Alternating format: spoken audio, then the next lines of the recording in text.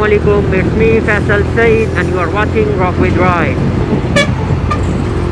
Lockdown के अंदर एक राइड ज़रूरी काम था, इसीलिए ज़रा आया बाहर। काम के सिलसिले में ज़रा लाहौर से बाहर आया था, अब वापसी हो रही है और मैंने सोचा साथ साथ व्लॉग करते हैं। वैसे तो मैंने जो है व्लॉग आते हुए रिकॉर्ड किया था, लेकिन अगर आपके साथ ऐसा हो कि आप बड़े आराम से रिकॉर्डिंग करते हुए आ रहे हो, व्लॉग करते हुए आ रहे हो और आके आपको पता लगे कि यार आपकी रिकॉर्डिंग तो हुई नहीं, तो फिर बहुत ही आपको मज़ा आता है। क्योंकि उस वक्त की जो फीलिंग है ना, वो कोई बंदा समझ सकता है जो व्लॉगिंग करता है, उसको पता हो कि यार इतना बड़बड़ करने के बाद किसी ने आपकी बात ही नहीं सुनी। खैर दोबारा से करते हैं। अब वापसी है लाहौर की तरफ मेरी। गैर ज़रूरी तौर पे घर से बाहर ना निकले, मुझे ज़रूरी काम था इसलिए मैं आया था, ठीक है। तो टॉपिक था मेरा मोटरसाइकिल मेंटेनेंस के हवाले से, ये भी बहुत अहम टॉपिक है। वैसे मैंने इंजन ट्यूनिंग के मामले पे एक वीडियो पहले भी बना रखी है और उसका लिंक भी डिस्क्रिप्शन में दे देता हूँ। उसमें भी काफ़ी हद तक इन्फॉर्मेशन यही है, लेकिन कुछ चीज़ें जो उसमें मिसिंग है वो मैं इसमें पूरी करने की कोशिश करता हूँ। तो चलें शुरू करते हैं।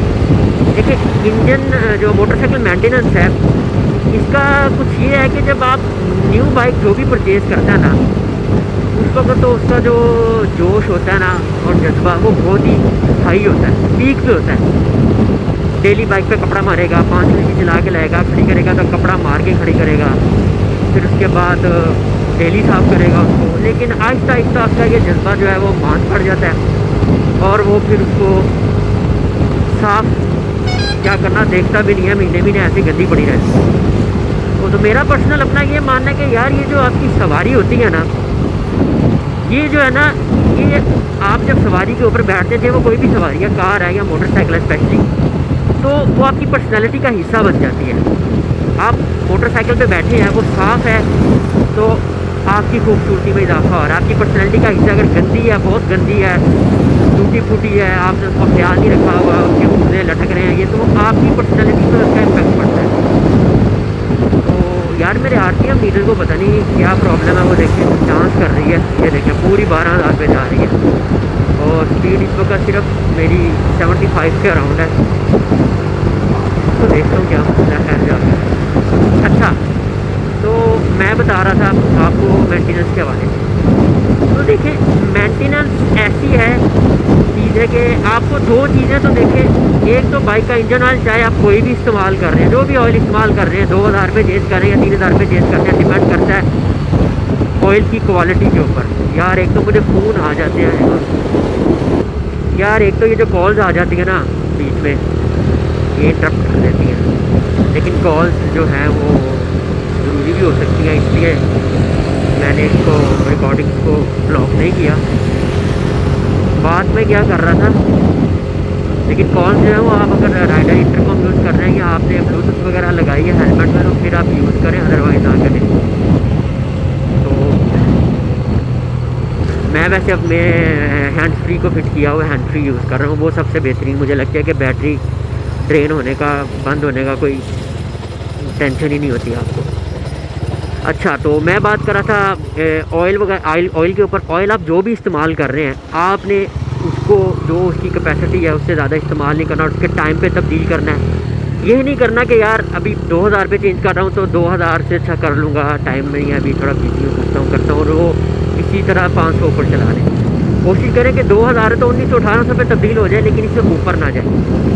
और 2000 पे तब्दील करें, एयर फिल्टर तब्दील करें और वॉल क्लियरेंस जो टेम्पर एडजस्टमेंट भी जिसको कहते हैं, वो एक स्पेसिफिक टाइम पीरियड के बाद आप करें, 6000-8000 के बाद। ज़रूरी है कि हर दफ़ा वो 2 दिन ऑयल चेंज करें, उसके बाद उसको चेक करें। यार एक तो ये हवा का बहुत शोर आ रहा है बीच में, तो लगता है माइक लगता है गलत जगह पे प्लेस हो गया, थोड़ा सा यहाँ अपनी जगह से हिल गया है और वो जो है वो हवा का बहुत ज़्यादा शोर बीच में आ रहा है, तो ज़रा बात की समझ नहीं आ रही होगी आपको। तो मैंने कहा ये वाला हिस्सा ज़रा आपको इधर बता देता हूँ, तो फिर बाकी राइड जो है ना अपनी कंटिन्यू करते हैं। तो मेरे ख्याल इसको यार उतार देते हैं जी। तो अब ठीक है। यार मैं ये कहना चाह रहा था कि जो अपना टैपट की जो एडजस्टमेंट है, वॉल क्लियरेंस है, उसका मैं ज़िक्र कर रहा था। आपने देखा होगा कि जो आपके मैकेनिक हजरात हैं वो हर दफ़ा हर ट्यूनिंग में आपके वॉल क्लियरेंस को सेट नहीं करते हैं। वो खोलते हैं, उसको चेक करते हैं, उंगली की मदद से उसको हिलाते हैं और बगैर एडजस्ट किए उसको बंद कर देते हैं, कहते हैं कि ये ठीक है। या समटाइम्स इनटेक को कर लेंगे, एग्जॉस्ट को नहीं करेंगे। तो बाज़ का दोनों, ज़्यादातर दोनों को ही नहीं करते, ऐसा भी होता है। तो बिला ज़रूरत इसको मत छेड़ें। 8000 किलोमीटर के बाद इसको चेक करें। आप यूज़र मैनुअल पे भी देखेंगे तो 6000 किलोमीटर के बाद उसको कहेंगे इसको चेक करें, ज़रूरत हो तो एडजस्ट करें, अदरवाइज़ छोड़ें। तो 6-8 हज़ार किलोमीटर तक आप वेट करें, उसके बाद इसको चेक करें, ज़रूरत हो तो एडजस्ट करें। अब हर ट्यूनिंग में आप उसको खुलवा रहे हैं, चेक कर रहे हैं, तो मैकेनिक तो आपको कर देगा, उसने तो आपकी तसल्ली के लिए खोलना है, करना है कि आपको हाँ भाई उसने चेक किया था, ठीक था। तो जब चेक किया था वो ठीक था तो ज़रूरी थी आपको चेक करवाना, क्योंकि वो एक ख़ास पीरियड तक ठीक ही रहता है। उसके बाद उसको ज़रूरत जो होती है ज़रूरत पड़ती है उसको एडजस्ट करने की। तो आगे मैं चलता हूँ। इसको वॉल क्लीनेस होगी, ऑयल चेंज हो गया और एयर फिल्टर हो गया, ये तो ठीक है। मेरे पास 2003 मॉडल था होंडा CD70 का, वो मैंने अपने पास तकरीबन 15 साल रखी है। 2017 में मैंने उसको सेल किया है। 15 साल मैंने रखी है। इसकी तस्वीरें भी आप साथ साथ देख रहे हैं और ये तकरीबन 13 से 14 साल के बाद की तस्वीरें हैं। मैं इसके जो आप फ्यूल टैंक और साइड कवर्स है ये देखिए, ये जेन्युइन है, उसी हालत में। और इतने टाइम पीरियड मैंने इनको कैसे मेंटेन रखा, वजह यही थी कि मैंने उसको गैर ज़रूरी हाथ नहीं लगवाए, उसकी खुद से केयर की मैंने।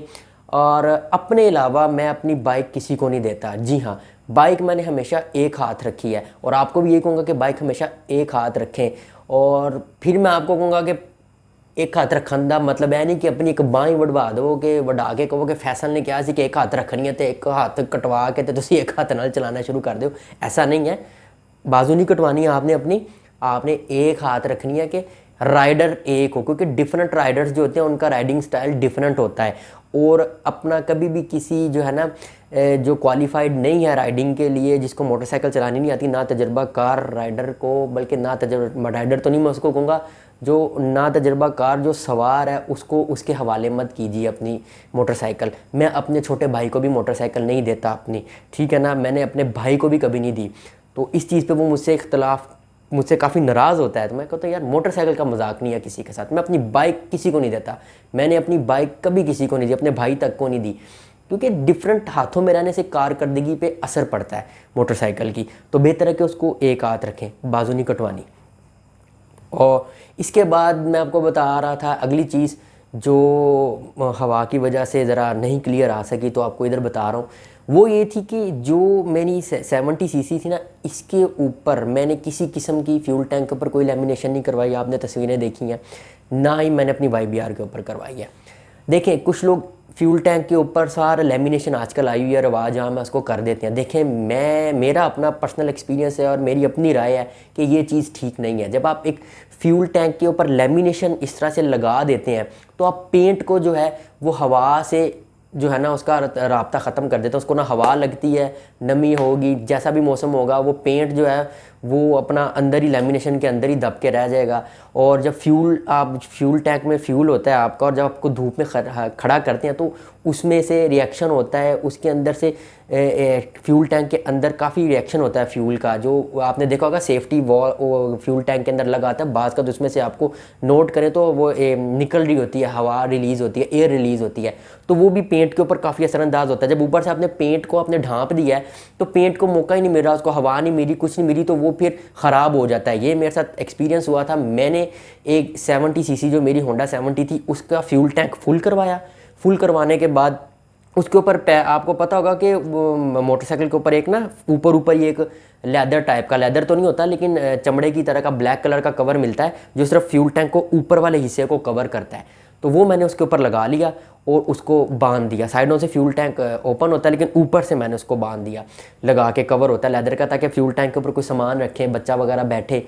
वैसे तो बच्चा बैठाने के लिए फ्यूल टैंक नहीं होता, मैं भी शक में नहीं हूँ, लेकिन ये कि सामान वगैरह कभी लिफाफा ऊपर रख लिया कोई चीज़ तो उस पर स्क्रैचेज़ ना पड़े, सामान रखने के लिए भी नहीं होता फ्यूल टैंक वैसे। लेकिन मैंने प्रोटेक्शन के लिए कि ऊपर कोई चीज़ ना लगे कुछ, तो मैंने उसको खैर लगा लिया। उस दौर की बात बता रहा हूँ। क्या हुआ, मैंने फ्यूल अपना फुल करवाया और बाइक को सिंगल स्टैंड पे खड़ा किया। जब सिंगल स्टैंड पे खड़ा किया तो फ्यूल कैप में से थोड़ा सा पेट्रोल निकला वहाँ से। वैसे जो आपको फ्यूल है वो जो है ना अपना जो भरने वाले जो है ना जो फ्यूल भरने का जो सुराख है उससे थोड़ा सा नीचे आपको रखनी चाहिए, बिल्कुल लबालब नहीं भरना चाहिए आपको फ्यूल टैंक को। इतना उसमें गुंजाइश हो कि जब आप सिंगल स्टैंड पे खड़ा करें तो फ्यूल टैंक जो है ना उस अपना भरने की जगह से बाहर ना निकले, ठीक है। जो उसका रीफिलिंग का जो पॉइंट है फ्यूल टैंक के ऊपर उधर से बाहर ना निकले। मैंने बिल्कुल लबालब भरवाई और मैंने उसको सिंगल टैंक स्टैंड पे खड़ा किया। तो क्या हुआ कि वहाँ से फ्यूल बाहर निकला तो ज़ाहिर है फ्यूल टैंक के ऊपर वो मैंने कवर लगाया हुआ था जो अपना लेदर टाइप था, लेदर तो नहीं था, तो वो उसके नीचे चला गया। अब ये था कि वो उसके नीचे चला गया और वो काफ़ी टाइट बांधा हुआ था। अब उसको सूखने का टाइम भी नहीं मिल रहा, कुछ नहीं हो रहा, फ्यूल उसके नीचे इकट्ठा होता रहा और ऊपर से उसको ज़ाहिर है कवर था, खुश्क होने का उसको मौका भी नहीं मिला इस तरह। तो वहाँ से मेरा पेंट जो है वो उखड़ गया, उसके पापड़ बन गए, समझे कि पापड़ी सी नहीं बनती, वो उखड़ना शुरू हो गया। सारा फ्यूल टैंक के पास है ना वो ज़ाहिर है फ्यूल बाहर निकला वहाँ से और उसको ऊपर से उसने छुपा लिया। जो मैंने ऊपर सेफ्टी के तौर पे लगाया था, सो कॉल्ड सेफ्टी, वो जो है जी वहाँ से उखड़ गया, पेंट सारा ख़राब हो गया। और मुझे काफ़ी ताज्जुब हुआ कि यार ये ऐसा होना तो नहीं चाहिए था। खैर मैंने उसका क्लेम किया, उन्होंने मुझसे नहीं पूछा कि ये किस वजह से हुआ, आपने ये लगाया, ऐसे किया, क्या किया। मैंने तो उनको कहा भाई पेंट आपका उखड़ गया, ऐसा उखड़ना तो नहीं चाहिए, जो भी वजह है। तो खैर उन्होंने मुझे क्लेम के अंदर जो है ना मेरा फ्यूल टैंक रिप्लेस कर दिया था, न्यू मुझे मिल गया था। लेकिन मैं समझता हूँ कि वो इसी वजह से हो गया। और हो सकता है अगर पेंट की क्वालिटी ऐसी हो कि वो इस वजह से उसको नहीं होना चाहिए था, ये एक अलग चीज़ है, लेकिन इसकी वजह से ऐसा हुआ है। उन्होंने खैर मुझसे नहीं पूछा, पूछते तो मैं बता भी देता। तो उन्होंने पेंट देखा, उन्होंने कहा ठीक है जी ये ख़राब है, तो ठीक है ये ख़राब नहीं होना चाहिए था, हम आपको कर देते हैं, जो भी इसकी वजह हम आपको कर देते हैं। मैंने कहा ठीक है, सो बिस्मिल्लाह करें चेंज। उसके बाद ये जो मैंने ऊपर, उसके बाद दोबारा मैंने वो लगाया ऊपर और मैंने कहा ठीक है मैं इतना फुल नहीं करूँगा। लेकिन उसके बाद नुकसान क्या हुआ, मैंने एक टाइम पीरियड के बाद फिर उतारने का सोचा था, लेकिन खैर उतारा नहीं, उसको लगा ही रखा ऊपर। उसका नुकसान क्या होता है कि जो जेनुइन है ना आपकी लाइन पड़ जाती है फ्यूल टैंक के कॉर्नर्स पे, जहाँ जहाँ आपने उसको बांधा होगा टाइट करके, साइड पे एक लाइन सी बन जाती है। इसकी मिसाल इस तरह से कि आपने घर में कोई फर्नीचर अगर आपने रखा हो और सोफ़ा जो है अगर आपने दीवार के बिल्कुल साथ करके रखा हो, बेड रखा हो, उसका जो पीछे क्राउन है वो आपने उसके साथ करके रखा हो दीवार के, तो वहाँ पे एक ब्लैक कलर की लाइन परमानेंट पड़ जाती है, एक मैल की लाइन सी बन जाती है। आप उसको थोड़ा सा हटा के रखें तो फिर वो नहीं पड़ती। तो यही चीज़ इसके साथ होती है, फ्यूल टैंक के ऊपर आप कोई चीज़ रख लेते हैं तो वो लाइन पड़ जाती है ऊपर परमानेंट तौर पर। तो आप उसको सेफ्टी के लिए रखते हैं, लेकिन ये सेफ्टी के बजाय आपको ख़राब कर देती है, उसको ज़्यादा बल्कि आपको लेने के देने पड़ जाते हैं, बजाय सेफ्टी के उसको ख़राब कर देते हैं। इसी तरह ये जो पूरी लैमिनेशन करवा रहे हैं ना, एक ख़ास टाइम पीरियड के बाद ये आपके पेंट को ख़राब कर देगी। जब आप इसको उतारेंगे ना आपका पेंट ख़राब हो जाएगा, आपका पेंट ख़राब हुआ होगा। वो तो बेहतर है कि आप ये काम मत करें। वो बाकी बातें अब ऐसा करते हैं कि राइड पर जाके करते हैं, तो चलें फिर राइड पर चलते हैं। ठीक है, आप अपने लिए बाइक ले रहे हैं, उसको इंजॉय करें। तो मेरी ये बाइक देखिए YBR वही 4 साल हो गए हैं, मैंने अल्हम्दुलिल्लाह 4 साल हो गए हैं। 6 जून को ली थी 2016 में, और उससे अगले दिन रमज़ान जुम्मे का दिन था गालिबन जब मैंने ली थी। और आज देखिए कोई ऊपर प्रोटेक्शन नहीं चढ़ाई। ये तो आप पे डिपेंड करता है ना कितनी केयर करते हैं, किस तरह करते हैं। फ्यूल टैंक पे कोई सामान नहीं रख रहे हैं, उसको गैर महफूज तरीके से पार्क नहीं कर रहे हैं, तो ये चीज़ होती है। और मैं अपने अलावा अपने भाई को भी नहीं देता, फ्रैंकली स्पीकिंग अपने भाई को भी नहीं देता मैं बाइक, मैं किसी को नहीं चाबी देता अपनी बाइक। तो ये चीज़ है कि आप फजूल मैकेनिक्स के हाथ ना लगाएं। अब ये बाइक मैं आपको जो दिखा रहा हूँ कि 15 साल मेरे पास नहीं है आज। उसी तरह मैंने कोई ऊपर प्रोटेक्शन नहीं लगाई थी। तो जो लोग बड़ी प्रोटेक्शन भी करते हैं, सारा कुछ करते हैं, आप फिर भी देखें क्या 2 साल 2.5 साल के बाद उसकी बाइक की वैसी कंडीशन होती है, इतना ख्याल रखने के बाद। तो गैप कहाँ भी है, वो यही है कि आप इनके अलावा खुद केयर नहीं करते हैं। आप उसको अगर एहतियात से चलाएं, ध्यान से चलाएं, तरीके से चलाएं, प्रॉपर तरीक़ेकार से चलाएं, प्रॉपर राइडिंग करें, तो 1 लाख किलोमीटर तक बाइक का इंजन कहीं नहीं जाता। हाँ, 60-70 हज़ार किलोमीटर के पास जाके आपको कैम चेन, अगर आपका OS इंजन है, टाइमिंग चेन वगैरह चेंज करवानी पड़ सकती है, ज़्यादा आपके रिंग का काम निकल आएगा, ये काम हो सकता है। अदरवाइज़ 1 लाख किलोमीटर मैंने अपनी 70 पे पूरे किए हुए हैं। तो ये चीज़ें आप करें, आपकी बाइक आपका जो है ना ज़्यादा अरसे तक साथ देगी। आप लोग बाइक ख़रीदते हैं, जिसको बेचनी है उसका ख्याल रखना पहले शुरू कर देते हैं कि फ्यूल टैंक उतार दिया, साइड कवर्स उतार दिए। जो अगला ख़रीदार है उसकी केयर करते हैं, खुद लगाएं, इंजॉय करें, कुछ नहीं होता उसको। मेरे भी जेन्युइन ही लगे हैं, अभी तक कोई इनके ऊपर कोई ख़ास किस्म के स्क्रैचेस नहीं पड़े हैं। तो ये डिपेंड करता है आपके ऊपर। आप जो है हाँ कोई काम निकले छोटा तो उसको करवाएं, उसको पेंडिंग ना करें कि यार करवा लेंगे करवा लेंगे करवा लेंगे करवा लेंगे, ऐसा हरगिज़ ना करें, ठीक है ना। वो फिर छोटा काम बड़ा काम बन जाता है। अगर आप उसको टाइम पे नहीं करते तो वो काम बढ़ जाता है और वो अपने साथ 2-3 काम और ले आता है। जैसे अगर आपकी चेंज प्रॉफिट सेट अगर आप ख़राब हो गया आपका और आप कहते हैं अच्छा मैं चेंज करता हूँ, तो जो अगली प्रॉफिट होती है ना वो टूट जाती होती है बाद का। वो टूट गया तो फिर आपका साइड से ये जो होता है ना क्रैंक केस जो उसका कवर हो गया साइड का, वो जो है ना वो अपना वो कर देती है ख़राब, ठीक है।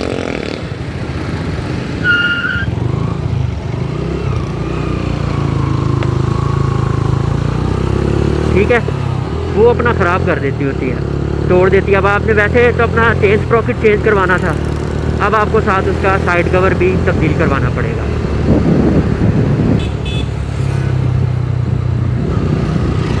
तो टाइम पे काम करवाएं। अब बाकी होगी क्लच केबल ट्यूनिंग के अंदर आप बार बार क्लच केबल खोलते हैं साफ़ करते हैं। देखिए अगर क्लच केबल अपना ऑपरेशन सही से टास्क परफॉर्म कर रही है तो कोई ज़रूरत नहीं इसको बिला वजह खोलने की, ठीक है। बिला वजह इसको खोलने की कोई ज़रूरत नहीं है। अगर आपको लगे कि सख्त है, सही तरह से इसमें प्ले नहीं है, तो ठीक है इसकी ऑयलिंग करें, सर्विसिंग करें।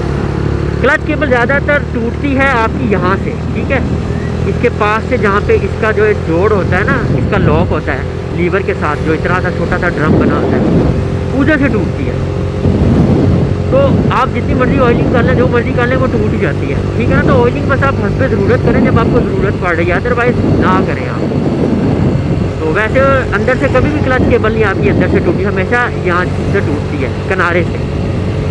तो इसलिए कि बार बार आप करते हैं उसके बावजूद इससे टूटना ही है, तो बार बार खोल के आप कर रहे हैं। ज़रूरत हो तो आप करें, अगर आपके ब्रेक की अगली ब्रेक की और लाले ध्यान से सोच के सफ़र करा या रोड क्रॉस करनी है ना, सबसे पहले तो आपके लिए ब्रिजेस बने हुए हैं, जैसा कि वो देखें, वो ऊपर ब्रिज बना हुआ है, वो देखें। तो इधर से क्रॉस करें आप। जब गवर्नमेंट ने एक ब्रिज आपके लिए बना के रखा है कि आप इधर से आप क्रॉस करें, तो फिर आप रोड क्यों क्रॉस कर रहे हैं। ये देखें, ये भी डंगर है। अब आप रोड क्रॉस कर रहे हैं वो भी रुक रुक के या एकदम भाग के, तो ये कोई तरीका नहीं है। आप ड्राइवर को भी कंफ्यूज करते हैं, खुद भी कंफ्यूज हो जाते हैं, फिर हादसे का सबब बन जाता है, इसका हादसा जो है वो हो जाता है। तो अगर ये लगे हैं तो आप इधर इनका ब्रिज का इस्तेमाल कीजिए कहीं। तो मैं क्या कह रहा था कि हाँ जी, क्लच केबल, तो यही चीज़ है कि ये जो चीज़ें हैं आप सिर्फ ऑयल टैपर और इसको बस करें और बाइक चलाएं, आप पैसे पूरे करें अपने। फिक्र होती है यार, हम लोग बहुत कॉन्शियस हो जाते हैं और उसको फजूल में हाथ लगवाना शुरू कर देते हैं। जितने मैकेनिक के हाथ लगते हैं उतनी बाइक आपकी सिर्फ फारग होती है, बगैर ज़रूरत के हाथ ना लगते। तो मैंने जो अपनी 70 सीसी 15 साल रखी, यही फार्मूला था, अपने अलावा किसी को देता नहीं था और उसके साथ कोई जुल्म जाती नहीं था होने देता किसी किस्म की। और ऑयल टाइम पे चेंज करता था, एयर फिल्टर चेंज करता था। तो इस वजह से वो 15 साल तक मेरे साथ रही। बेची मैंने इसलिए नहीं कि वो ख़राब हो गई थी, ऐसा ये नहीं है, बिल्कुल ठीक हालत में। और बल्कि अभी भी जिनको मैंने दी है, मैं मेरे सामने ही है बाइक, मैं देखता रहता हूँ उसको, बल्कि चला भी लेता हूँ मौका मिले तो। तो ये चीज़ है कि आप अपनी राइड को खुद ही ख्याल रखें, दूसरों ने नहीं रखना। एक और गलत फहमी है हमें कि हम मेंटेनेंस समझते हैं कि जितनी हम मोटरसाइकिल का काम करवा रहे हैं, जितनी हम उसको मैकेनिक के पास लेके जा रहे हैं, जितना उसको रिपेयर करवा रहे हैं, उतनी अच्छी हमने मेंटेनेंस की हुई है इसकी। देखें, मेंटेनेंस सबसे अच्छी ये है कि आपकी मोटरसाइकिल काम ही नहीं निकाल रही, ये सबसे अच्छी बाइक आपने मेंटेन की है। मेंटेनेंस ये है कि आप अपनी बाइक को तरीके से चलाएँ, ये सबसे अच्छी मेंटेनेंस है। जब वो काम नहीं निकाल रही, इसका मतलब आपने सबसे अच्छी बाइक मेंटेन की हुई है। बाइक के काम करवाने को आप ये ना समझें कि आपने बाइक को की मेंटेनेंस करवा रहे हैं, आप उसका काम, ये तो हो सकता है आपकी कोताही की वजह से आप काम निकली जा रहे हैं और आप उसका काम करवाई जा रहे हैं, तो आप कह रहे हैं कि हमने बड़ी मेंटेन की हुई है बाइक, ऐसा नहीं है। एक और चीज़, बाइक जो सुबह सुबह हम स्टार्ट करते हैं, आप थ्रॉटल का जो यकदम थ्रॉटल घुमाते हैं, पूरा थ्रॉटल घुमाते हैं, इससे गुरेज करें। ये बहुत नुकसानदेह है, स्पेशली सर्दियों के अंदर भी। क्यों? इसकी वजह क्या है? जब आप सुबह सुबह मोटरसाइकिल स्टार्ट करते हैं तो इंजन ऑयल सुबह सुबह सारा नीचे बैठा होता है, ठीक है ना, सारा ऑयल नीचे बैठा होता है। जब आप उसको स्टार्ट करते हैं तो वो पूरे इंजन में सर्कुलेट नहीं होता, उसको आहिस्ता आहिस्ता वार्म अप करें। जब आप यकदम थ्रॉटल घुमाते हैं तो अभी उसने बाकी हिस्सों को तो लुब्रिकेट पूरी तरह से नहीं किया होता, तो ये चीज़ इंजन की कारकर्दगी को मुतासिर करती है और उसकी कारकर्दगी के लिए अच्छी चीज़ नहीं है, इससे आप गुरेज करें। दूसरा, ये जो थ्रॉटल का मुकम्मल इस्तेमाल है, ये आप कभी भी न्यूट्रल हालत में, खड़ी हालत में बाइक का थ्रॉटल मुकम्मल घुमाने से गुरेज करें। और ज़्यादा बेफजूल थ्रॉटल आप जो देते हैं, ज़्यादा आरपीएम देते हैं, इसे गुरेज करें। कंपनीज अपने यूज़र मैनुअल के अंदर आपको बताती हैं कि इंजन को कभी भी सुर्ख हल्के के अंदर ना चलाएं, आरपीएम के सुर्ख हल्के के अंदर ना चलाएं, रेड जोन के अंदर ना चलाएं। आप देखते होंगे कि टेकोमीटर के अंदर आप जाकर एक ख़ास 10,000 या 11,000 के बाद जाके या 9,000 के बाद जाके आगे जो है आपका सुर्ख हल्का स्टार्ट हो जाता है, रेड जोन। वो क्यों होता है रेड? क्योंकि वो इंजन के लिए ठीक नहीं है, उसके अंदर आप ना चलाएं मोटरसाइकिल को। तो अब जब खड़ी बाइक को न्यूट्रल में, जब उस पर लोड नहीं है और आप उसको फुली आप थ्रॉटल दे रहे हैं, तो ये इससे आपके रिंग टूट सकते हैं। जी हाँ, आपके रिंग टूट सकते हैं और इंजन समझे कि आपका आसान अल्फाज में खड़क जाएगा। मैं आपको अपना पर्सनल एक्सपीरियंस शेयर करता हूँ कि मैंने ये भुगत चुका हूँ। जनरेटर था, जनरेटर में अपना इलेक्ट्रिक जनरेटर था, उसके रिंग पिस्टन मैंने चेंज किए। तो जो लोग जनरेटर का काम समझते हैं, जानते हैं, तो उनको पता होगा कि उसके अंदर एक गवर्नर आर्म होता है जो आपके आरपीएम को, जो है ना, जब आप लोड डालते हैं तो वो आरपीएम को कंट्रोल करता है। तो उसकी एक एडजस्टमेंट होती है। तो मैंने उसकी एडजस्टमेंट थोड़ी सी गलत कर दी और जनरेटर जब मैंने स्टार्ट किया तो वो इतना ज़्यादा रेस हो गया, सिंपल अल्फाज में, कि पिस्टन जो है वो टूट गया, क्रैंक टूट गई। क्रैंक तोड़ते हुए पिस्टन के पुर्जे बाहर आके गिरे। जी, क्रैंक केस को तोड़ते हुए पिस्टन टूट के बाहर आ गया। अब आप देखें कि इतना ज़्यादा आरपीएम इंजन के लिए कितना नुकसानदेह।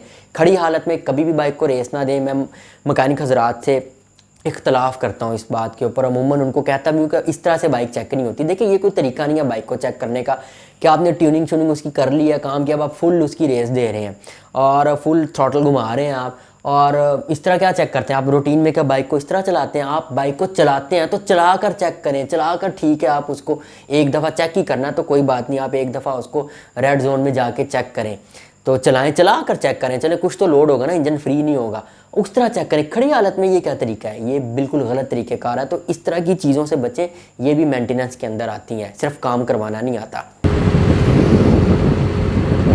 कुछ लोग ऐसे करते हैं यार, हर महीने ट्यूनिंग करवाते हैं, हर महीने ट्यूनिंग कराते हैं, 2 महीने बाद ट्यूनिंग कराते हैं। जो काम नहीं भी है मैकेनिक ने तो खोल के अपने पैसे बनाने हैं, उसने कर देना काम। तो आप बेहतर है कि आप बिला ज़रूरत ना खोलें, ठीक है ना, चीज़ों को।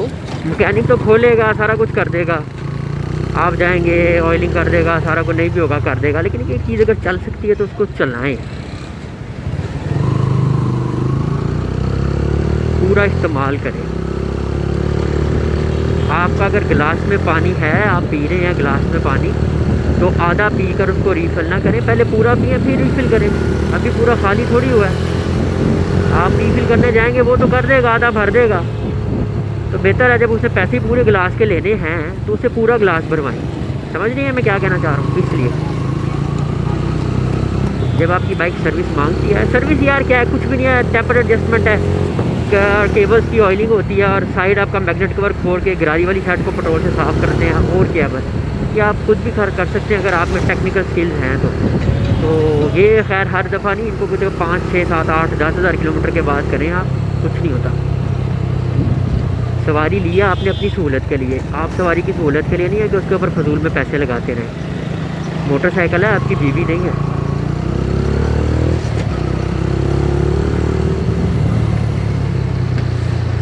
तो that's all I can say. अपना ख्याल रखिएगा, दुआ में याद रखिएगा। अल्लाह हाफिज़, take care and always rock with your right.